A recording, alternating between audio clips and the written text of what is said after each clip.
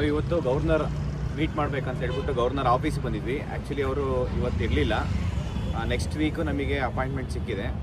ಈ ಒಂದು ಏನು KPSC ಇಂದ ನಡೆಸಿರೋಂಥ ಕೇಸ್ ನೋಟಿಫಿಕೇಷನಲ್ಲಿ ಸಾಕಷ್ಟು ಕರಪ್ಷನ್ ಆಗಿದೆ. ಈ ಒಂದು ಕರಪ್ಷನ್ನ ಎನ್ಕ್ವೈರಿ ಮಾಡಬೇಕು. KPSCಯಲ್ಲಿ 384 KS ಪೋಸ್ಟನ್ನು ಇದರಲ್ಲಿ 384 ಕೂಡ ಸೇಲ್ ಮಾಡಿದ್ದಾರೆ ಇವರು ಕೋಟಿಗೆ.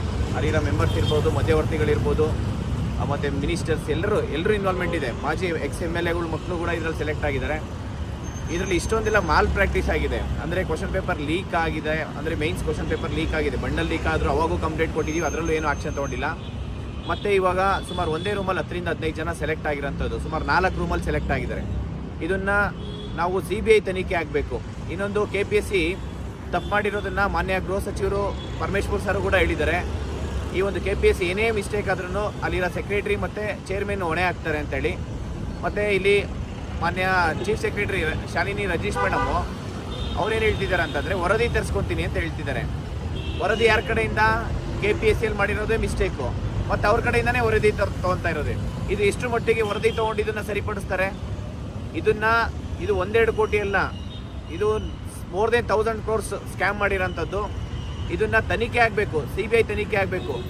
ಒಂದು AC ಆಗಬೇಕು, ತಹಸೀಲ್ದಾರ್ ಆಗಬೇಕು, ಒಂದು DOSP ಆಗಬೇಕು ಅಂತ ಹೇಳ್ಬಿಟ್ಟು ಇಷ್ಟೆಲ್ಲ ಹಗಲು ರಾತ್ರಿ ಕಷ್ಟಪಟ್ಟಿದ್ದಾರೆ.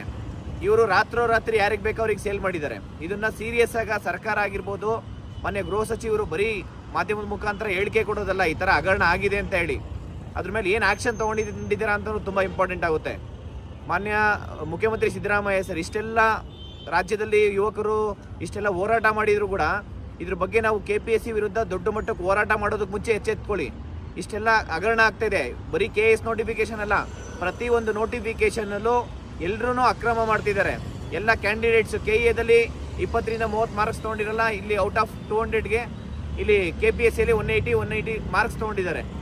ಈ ಥರ ಆದರೆ ಜೆನ್ಯೂನು ಪ್ರಾಮಾಣಿಕವಾಗಿ ಓದ್ತಾ ಇರೋಂಥ ಅಭ್ಯರ್ಥಿಗಳಿಗೆ ಇಲ್ಲಿ ಅನ್ಯಾಯ ಆಗ್ತಿದೆ.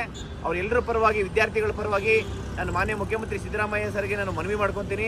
ಇದನ್ನು KPSC ಮೇಲೆ ಕ್ರಮ ತಗೊಳ್ಳಿ. ಒಂದು ಇಂಡಿವಿಜುವಲ್ ಸ್ಕೋರ್ ಲಿಸ್ಟ್ ಬಿಡಲ್ಲ, ಮತ್ತು ಒಂದು ಟೈಮ್ 1 ಇಯರಲ್ಲಿ ಯಾವುದು ವಿತಿನ್ ಎ ಟೈಮ್ ಲಿಮಿಟಲ್ಲಿ ಯಾವುದು ನೋಟಿಫಿಕೇಷನು ಕಂಪ್ಲೀಟ್ ಮಾಡಲ್ಲ. ಒಂದು ನೋಟಿಫಿಕೇಷನ್ ಆಗಿ ಕಂಪ್ಲೀಟ್ ಆಗಬೇಕಂದ್ರೆ 5 ವರ್ಷ ತೊಗೊತಾರೆ KPSC ಅವರು. KPSCಗೆ ಮುಂಬರುವ ಯಾವುದು ನೋಟಿಫಿಕೇಷನ್ ಕೊಡಬಾರ್ದು.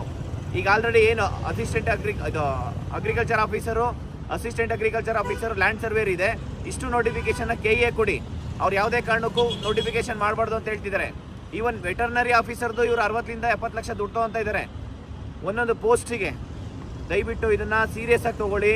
ಯುವಕರು ಮತ್ತೊಮ್ಮೆ ರೋಡಿಗೆ ಬಂದು ದೊಡ್ಡ ಮಟ್ಟಕ್ಕೆ ಹೋರಾಟ ಮಾಡೋದಕ್ಕೆ ಮುಂಚೆ ಈಗ KPSC ಮೇಲೆ ಸೀರಿಯಸ್ ಆಗ ಒಂದು ಇವೆಂಟ್ ಆಫ್ ಕ್ಯಾಲೆಂಡರ್ ಇಲ್ಲ, ಒಂದು ಟೈಮ್, ಯಾವ ನೋಟಿಫಿಕೇಷನ್ ಇನ್ ಟೈಮ್ ಕಂಪ್ಲೀಟ್ ಮಾಡಲ್ಲ. ಒಂದು ನೋಟಿಫಿಕೇಷನ್ ರಿಸಲ್ಟ್ ಅಪ್ರೂವಲ್ ಆಗಬೇಕಂತಂದರೆ ತಿಂಗಳಾನ್ಗಟ್ಟಲೆ ತೊಗೊತಾರೆ.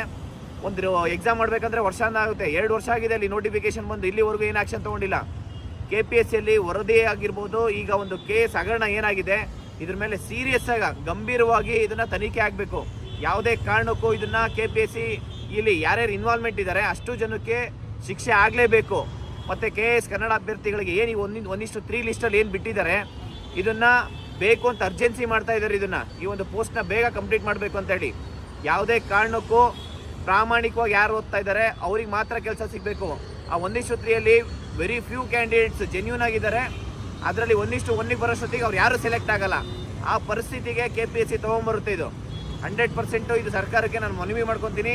ಇದರಲ್ಲಿ ಏನಾದರೂ ನೀವು ತನಿಖೆ ಮಾಡಿಲ್ಲ ಅಂತಂದರೆ ನಿಮ್ಮ ಪಾತ್ರ ಏನು ಹೇಳಿ. ನಾವು ನಿಮ್ಮ ಸ್ಟೇಟಲ್ಲಿರೋಂಥ ಏನು SIT ಇರ್ಬೋದು ಇಲ್ಲಿವರೆಗೂ ಏನೂ ಮಾಡಿಲ್ಲ. ಮತ್ತು ನಾವು ಕೇಳ್ತಾ ಇರೋದು ಒಂದು ಹೈಕೋರ್ಟ್ ಜಡ್ಜ್ ಮುಖಾಂತರ ಒಂದು ಕಮಿಟಿ ರಚನೆ ಮಾಡಿ ತನಿಖೆ ಮಾಡಿ. ಇಲ್ಲ ಅಂತಂದರೆ CBI ಎನ್ಕ್ವೈರಿ ಆಗಲಿ, ಅದು ಈ ಕೂಡಲೇ ಆಗಬೇಕು. ಮ್ಯಾಕ್ಸಿಮಮ್ 15 ದಿನ ನಿಮಗೆ ಗಡುವು ಕೊಟ್ಟಿದ್ದೀನಿ. ಅದರೊಳಗಡೆ ಏನಾದರೂ ಮಾಡಿಲ್ಲ ಅಂತಂದರೆ ನೀವು ಮತ್ತೊಮ್ಮೆ ಇಡೀ ರಾಜ್ಯಾದ್ಯಂತ ನಾವು ದೊಡ್ಡ ಮಟ್ಟಕ್ಕೆ ಹೋರಾಟ ಮಾಡ್ತೀವಿ. ಯಾವುದೇ ಕಾರಣಕ್ಕೂ ಇಲ್ಲಿಗೆ ಬಿಡಲ್ಲ. ನಾನು ಎಲ್ರಿಗೂ, ಎಲ್ಲ ಮಿನಿಸ್ಟರ್ಸ್ಗಿರ್ಬೋದು, ಎಲ್ಲ ಸಚಿವರಿಗೆ ಮತ್ತು ಎಲ್ಲ ಮಾನ್ಯ ಮುಖ್ಯಮಂತ್ರಿ ಸಿದ್ದರಾಮಯ್ಯ ಸರ್ಗೆ ಸ್ವಲ್ಪ ಸೀರಿಯಸ್ ಆಗಿ ತಗೊಳ್ಳಿ ಅಂತ ಹೇಳಿ ನಾನು ಮನವಿ ಮಾಡ್ಕೊತೀನಿ. Thank you so much. ನಮಸ್ಕಾರ.